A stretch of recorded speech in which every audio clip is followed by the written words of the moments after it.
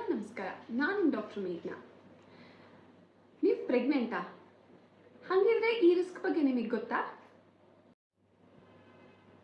ಹೌದಾ? ಏನದು? ಡಯಾಬಿಟೀಸ್ ಇನ್ ಪ್ರೆಗ್ನೆನ್ಸಿ ಅಂದರೆ ಪ್ರೆಗ್ನೆನ್ಸಿಯಲ್ಲಿ ಶುಗರ್ ಕಾಯಿಲೆ ಅನ್ನೋದು ಸಹಜವಾಗಿ ಕಾಣಿಸ್ಕೊಳ್ಳುತ್ತೆ. ಅಯ್ಯೋ, ಹಾಗಿದ್ರೆ ಎಲ್ಲ ನನ್ನಿಂದಾನೇ ಪ್ರಾಬ್ಲಮ್ಸು. ಅಲ್ಲ ಅಲ್ಲ ಅಲ್ಲ, ಇದು ಮದರ್ ಪ್ರಾಬ್ಲಮ್ ಅಲ್ಲ, ಇದು ಹಾರ್ಮೋನಲ್ ಪ್ರಾಬ್ಲಮ್. ಯೂಶ್ವಲಿ ಪ್ರೆಗ್ನೆನ್ಸಿಯಲ್ಲಿ ಪ್ರೊಜೆಸ್ಟ್ರಾನ್ ಅನ್ನೋ ಹಾರ್ಮೋನ್, ಪ್ರೆಗ್ನೆನ್ಸಿ ಹಾರ್ಮೋನ್ಸ್ ಎಲ್ಲ ಸೇರಿ ಇನ್ಸುಲಿನ್ ಆ್ಯಕ್ಷನ್ನ ತಡೆಗಟ್ಟುತ್ತೆ. ಸೊ ಅದರಿಂದ ಪ್ರೆಗ್ನೆನ್ಸಿಯಲ್ಲಿ ಶುಗರ್ಸ್ ಜಾಸ್ತಿ ಇರೋ ಸಾಧ್ಯತೆ ತುಂಬ ಇರುತ್ತೆ. ಹೌದಾ? ಹಾಗಿದ್ರೆ ಏನಾಗಲ್ಲ ಅಲ್ವಾ? ಕಂಟ್ರೋಲಲ್ಲಿ ಇಲ್ಲ ಅಂತ ಅಂದರೆ ಏನಾಗುತ್ತೆ? ಸೊ ಮದರ್ ಬ್ಲಡ್ಡಲ್ಲಿ ಯಾವಾಗ ತುಂಬ ಜಾಸ್ತಿ ಶುಗರ್ ಇರುತ್ತೋ ಆವಾಗ ಬೇಬಿಗೆ ತುಂಬ ಶುಗರ್ಸ್ ಹೋಗುತ್ತೆ. ಹೈ ಶುಗರ್ಸ್ ಮಗುವಲ್ಲಿದ್ದಾಗ ಮಗು ಬಿಗ್ ಬೇಬಿ ಆಗೋ ಚಾನ್ಸಸ್ ಇರುತ್ತೆ. ಸೊ ತೂಕ ಜಾಸ್ತಿ ಆಯಿತು ಅಂದರೆ ಸಿಸೇರಿಯನ್ ಆಗೋ ಚಾನ್ಸಸ್ ತುಂಬ ಜಾಸ್ತಿ ಇರುತ್ತೆ. ಒಂದೊಂದು ಬೇಬಿ ಆ ಹೈ ಶುಗರ್ಸ್ನ ಸಸ್ಟೈನ್ ಮಾಡ್ಕೋತು ಅಂತ ಅಂದರೆ ಫೈನ್, ಅದು ಸಸ್ಟೈನ್ ಮಾಡ್ಕೊಳ್ಳಿಲ್ಲ ಅಂದರೆ ಬೇಬಿ ಡಿಸ್ಟ್ರೆಸ್ಸಿಗೆ ಹೋಗೋ ಚಾನ್ಸಸ್ ಇರುತ್ತೆ. ಸಡನ್ ಫೀಟಲ್ ಡೆತ್ ಇರೋ ರಿಸ್ಕು ಈ ಶುಗರ್ ಕಾಯಿಲೆದಲ್ಲಿ ಇರುತ್ತೆ. ಹೌದಾ?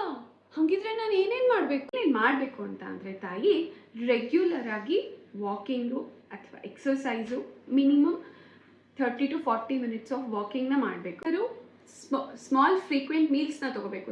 ಸ್ವಲ್ಪ ಊಟ ದಿನದಲ್ಲಿ 5 to 6 ಟೈಮ್ಸ್ ಮಾಡಿದ್ರೆ ಏನಾಗುತ್ತೆ, ಶುಗರ್ ಲೆವೆಲ್ಸು ಕಂಟ್ರೋಲ್ಡ್ ಆಗಿರುತ್ತೆ. ಮೂರನೇದಾಗಿ ಏನು ಮಾಡಬೇಕು ಅಂತ ಅಂದರೆ ಅವ್ರು ಜಾಸ್ತಿ ಸ್ಯಾಲಡ್ನ ಇನ್ಕ್ಲೂಡ್ ಮಾಡ್ಕೋಬೇಕು ಅವ್ರ ಡಯಟಲ್ಲಿ. ಜಾಸ್ತಿ ಹಸಿ ಸೊಪ್ಪು, ತರಕಾರಿ, ಸೌತೆಕಾಯಿ ಅಂತ ಫೈಬರ್ ರಿಚ್ ಫುಡ್ನ ತಗೊಂಡಾಗ ಏನಾಗುತ್ತೆ, ಶುಗರ್ಸು ಚೆನ್ನಾಗಿ ಬ್ಯಾಲೆನ್ಸ್ಡ್ ಆಗಿರುತ್ತೆ. ಶುಗರ್ ಅಬ್ಸಾರ್ಪ್ಷನ್ನ ಅದು ಸ್ವಲ್ಪ ತಡೆಗಟ್ಟುತ್ತೆ.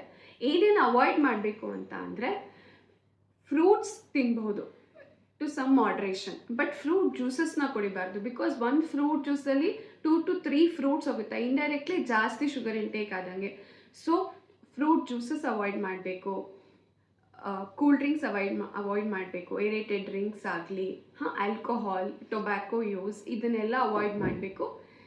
Stay safe, stay healthy.